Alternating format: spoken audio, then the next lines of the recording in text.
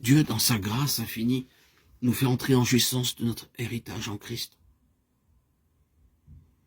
Le Seigneur Jésus se tient à la porte de chacune des chambres qui, dans notre vie, lui sont encore fermées.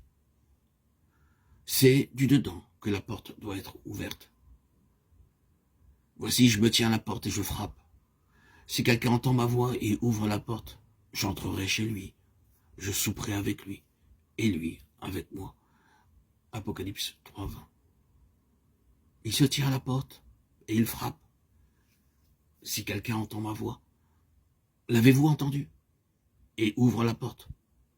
Voilà comment il faut se livrer. Il faut ouvrir la porte. L'avez-vous fait?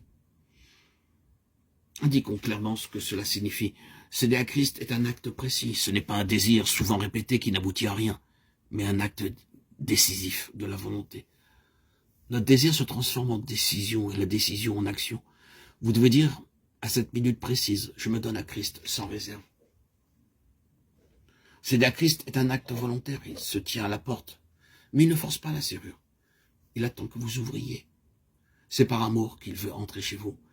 Et si la porte ne lui est pas ouverte par amour, sa venue apportera plus de désappointement que de joie. C'est de tout cœur qu'il veut être reçu. Céder à Christ est un acte définitif. Si votre don est tel qu'il doit être, il n'aura pas besoin d'être renouvelé. S'il est accompli sincèrement, il l'est pour le temps et pour l'éternité. En vous livrant, vous avez reconnu que vous n'êtes plus à vous-même, que vous avez abandonné votre vie à Christ, qu'il est devenu votre maître, et que vous êtes mis sous sa dépendance absolue. Renouveler ce don initial impliquerait que, la première fois, il y a eu manque de sincérité de votre part. Naturellement, au moment où nous nous donnons, nous ne savons pas tout ce qui nous sera demandé.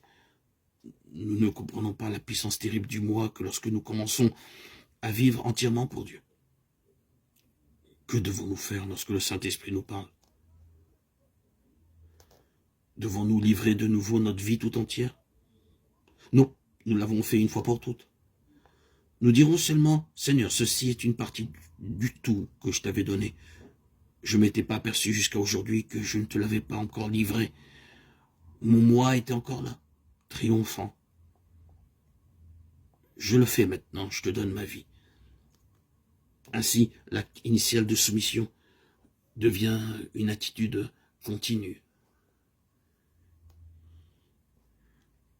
Nous pourrons vivre alors sur un plan supérieur, en complète dépendance et harmonie avec le Seigneur Jésus-Christ. Toutes les portes de notre cœur sont ouvertes. Le Seigneur peut y entrer. Libre accès.